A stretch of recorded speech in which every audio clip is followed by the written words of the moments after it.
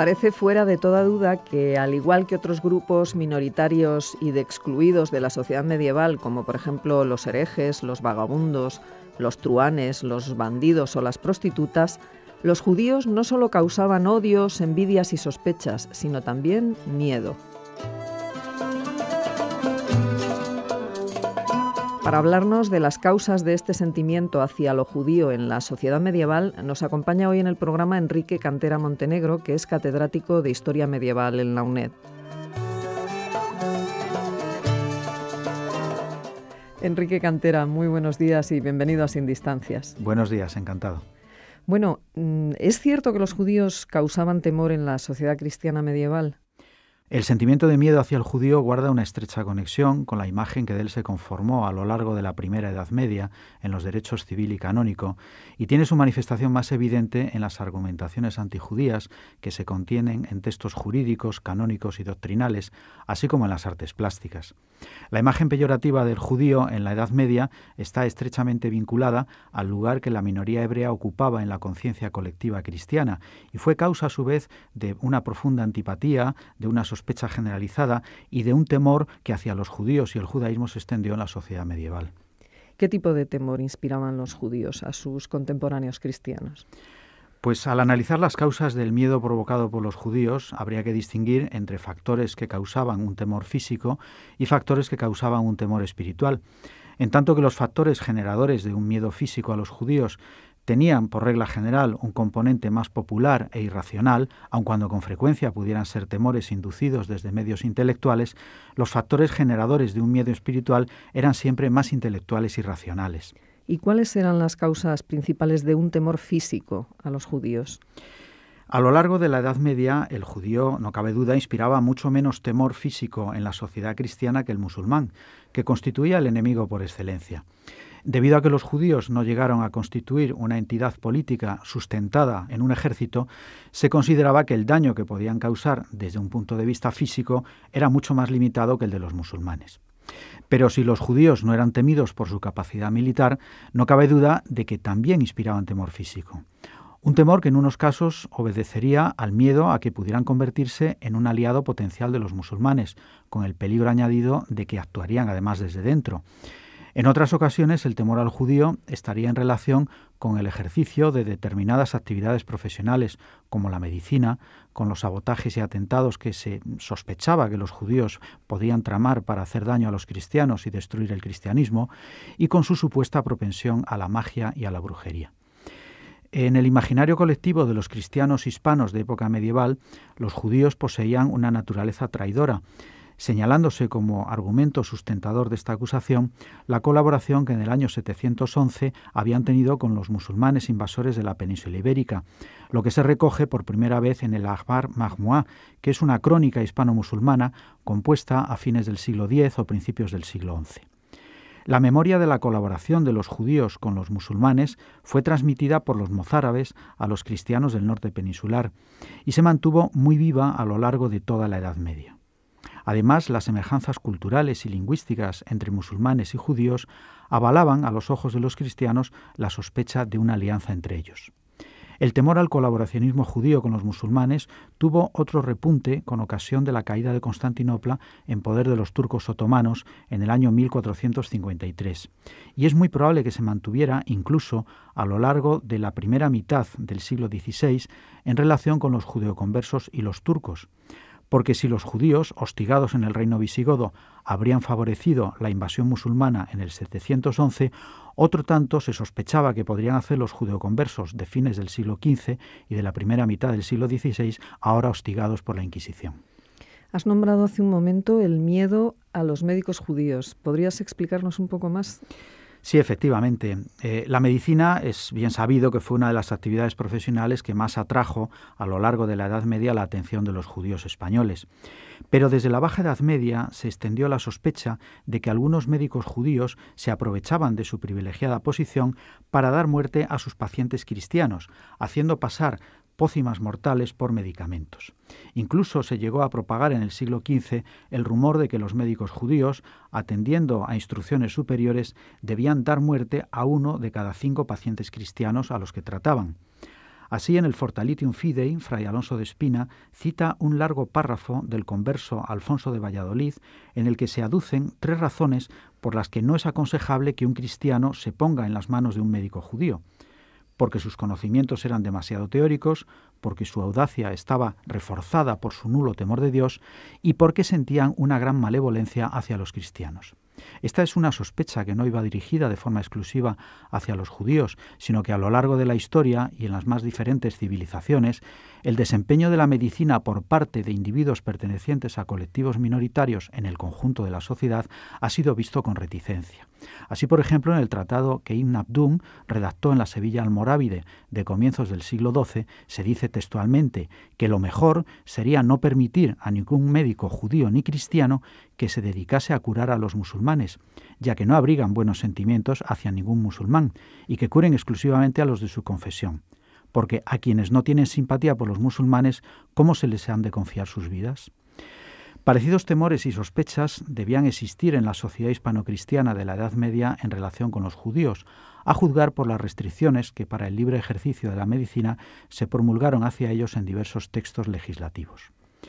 Como otras muchas acusaciones lanzadas colectivamente contra los judíos, la de los médicos que daban muerte a sus pacientes cristianos trascendió la Edad Media, de forma que algunos dramas del siglo de oro español con tema medieval hacen alusión en su trama a este tipo de acusaciones, lo que demuestra claramente la persistencia en la memoria colectiva de la sospecha hacia el médico judío. Enrique, ¿y es cierto que también se acusó a los judíos de ser los causantes de epidemias y de practicar de forma asidua la brujería? En efecto, a lo largo de la Edad Media, los judíos fueron acusados en muchas comarcas europeas de propagar de forma voluntaria epidemias e enfermedades con el fin de causar la muerte de cristianos. Este tipo de acusaciones alcanzó su cima con ocasión de la propagación de la famosa epidemia de peste negra de 1348 y de las sucesivas epidemias que se sucedieron a lo largo de la segunda mitad del siglo XIV. Las acusaciones son muy similares entre unas y otras comarcas europeas, lo que es un signo evidente de que tienen un origen común y fueron causa de violentas explosiones contra los judíos. Y también a lo largo de la Baja Edad Media, y en estrecha conexión con el clima de misterio que envolvía a los judíos a los ojos de sus contemporáneos cristianos, se extendió por toda la Europa occidental y central la creencia de que los judíos recurrían frecuentemente a la magia y a la hechicería con el fin de dañar a los cristianos.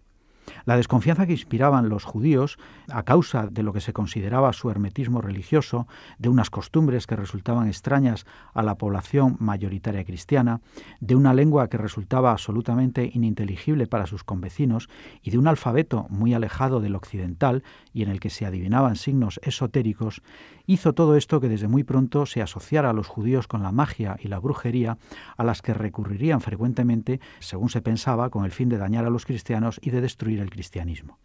La imagen del judío mago o hechicero aparece reflejada con mucha frecuencia en la literatura europea medieval, principalmente desde el siglo XIII. Con frecuencia se trata de un rabino o de un médico judío que actuaba como inductor de pactos con el demonio y al que se consideraba autor o colaborador en prácticas mágicas o de brujería. Desde mediados del siglo XII se extendieron también por toda Europa denuncias que achacaban a judíos la práctica de crímenes rituales con niños cristianos, con el fin de rememorar la pasión de Cristo. El arte cristiano medieval ofrece abundantes ejemplos de escenas que representan un crimen ritual protagonizado por judíos y son el reflejo plástico de leyendas que se mantenían vivas en la memoria colectiva. Teniendo en cuenta estas terribles acusaciones y la amplia difusión además que tuvieron, parece que no es difícil imaginar el enorme temor que en las fechas inmediatas a la celebración de la Pascua se debía apoderar de las gentes de condición más sencilla, que eran más crédulas en general hacia las habladurías acerca de los judíos, por miedo a que sus hijos pequeños pudieran ser raptados y asesinados. Y además de estos temores de carácter físico, los judíos eran también generadores de miedos con un componente espiritual, ¿no? Si, como ya he indicado, el miedo que inspiraban los judíos desde el punto de vista político y militar era inferior al que causaban los musulmanes, por el contrario, en el terreno espiritual, el judío era un enemigo más temido que el musulmán, quizá por tener una más larga identidad originaria de principios teológicos e históricos con el cristianismo, así porque se consideraba también, desde el punto de vista del cristianismo, que era muy superior el judaísmo que el islamismo desde el punto de vista doctrinal. El temor al proselitismo religioso de los judíos fue permanente a lo largo de toda la Edad Media y tuvo su repunte a partir del siglo XII, en relación con el creciente temor a la desviación religiosa que la herejía podía causar en el seno del cristianismo. Es muy significativo que, aunque sin ningún fundamento cierto, a comienzos del siglo XIII los judíos fueron acusados de connivencia con las herejías cristianas que por aquel entonces se extendían por el sur de Francia, en particular con el catarismo. En mi opinión, la acusación de connivencia con los cátaros podría tener su fundamento en el temor a que los judíos pudieran tratar de aprovechar la herejía para socavar los fundamentos del cristianismo. En el siglo XIII, las legislaciones canónica y civil insistían en la necesidad de una segregación social de los judíos con el fin de evitar un temido proselitismo religioso. Y es muy posible que en el propósito de erradicación del judaísmo de la sociedad cristiana, que es ya evidente desde mediados del siglo XIII, tuviera un peso significativo el miedo al proselitismo judío entre los cristianos, así como también el temor que desde la segunda mitad del siglo XII se desató hacia la herejía y los herejes, quizá sospechando una confluencia de intereses entre herejes y judíos y que a través de la herejía algunos fundamentos religiosos del judaísmo pudieran terminar contaminando al cristianismo. Por lo tanto, Enrique, los judíos constituían una causa de temor para la sociedad cristiana medieval, ¿está claro? Creo que sí, que resulta evidente a través de lo que hasta aquí hemos dicho, que es así. Como señalaba al comienzo, es muy probable que las motivaciones que podrían ser consideradas como generadoras de un temor físico, es decir, de un temor a sufrir un daño corporal o incluso la muerte, como el miedo al médico judío, el miedo al judío propagador de epidemias y, sobre todo, el miedo al judío mago o hechicero, tengan un componente más popular e irracional, pese a que la generación y propagación del temor pueda no ser propiamente popular. En este sentido, y pese a las dificultades inherentes al estudio de cualquier sentimiento, que no otra cosa es el miedo, sería interesante indagar hasta qué punto el temor al judío surgió de forma espontánea en medios populares o por el contrario fue algo inducido con el fin de concitar los odios y las sospechas sobre ellos o con la intención de utilizarlos como chivo expiatorio en determinadas coyunturas políticas o económicas. Junto a estos temores físicos estaría el temor espiritual al judío, es decir, el temor a que los judíos pudieran transmitir al cristianismo, principalmente a través de los judeoconversos, de los recientemente convertidos al cristianismo, errores doctrinales y teológicos, así como a que actuaran de forma proselitista entre los cristianos, principalmente, como digo, entre los cristianos nuevos. Es este, que duda cabe, un miedo mucho más racional y cuyo origen se encontraría con toda seguridad en medios eclesiásticos. Este temor tendría un papel determinante en la política de progresivo aislamiento social de los judíos respecto de los cristianos, que conduciría a su expulsión de diferentes territorios europeos desde fines del siglo XIII y más a la larga a la promulgación del decreto de expulsión de los judíos españoles en 1492. Enrique Cantera, catedrático de Historia Medieval en la UNED, muchísimas gracias por acompañarnos hoy en Sin Distancias y por habernos explicado las distintas causas por las que los judíos infundían miedo en la sociedad cristiana medieval. Pues muchas gracias a vosotros y encantado.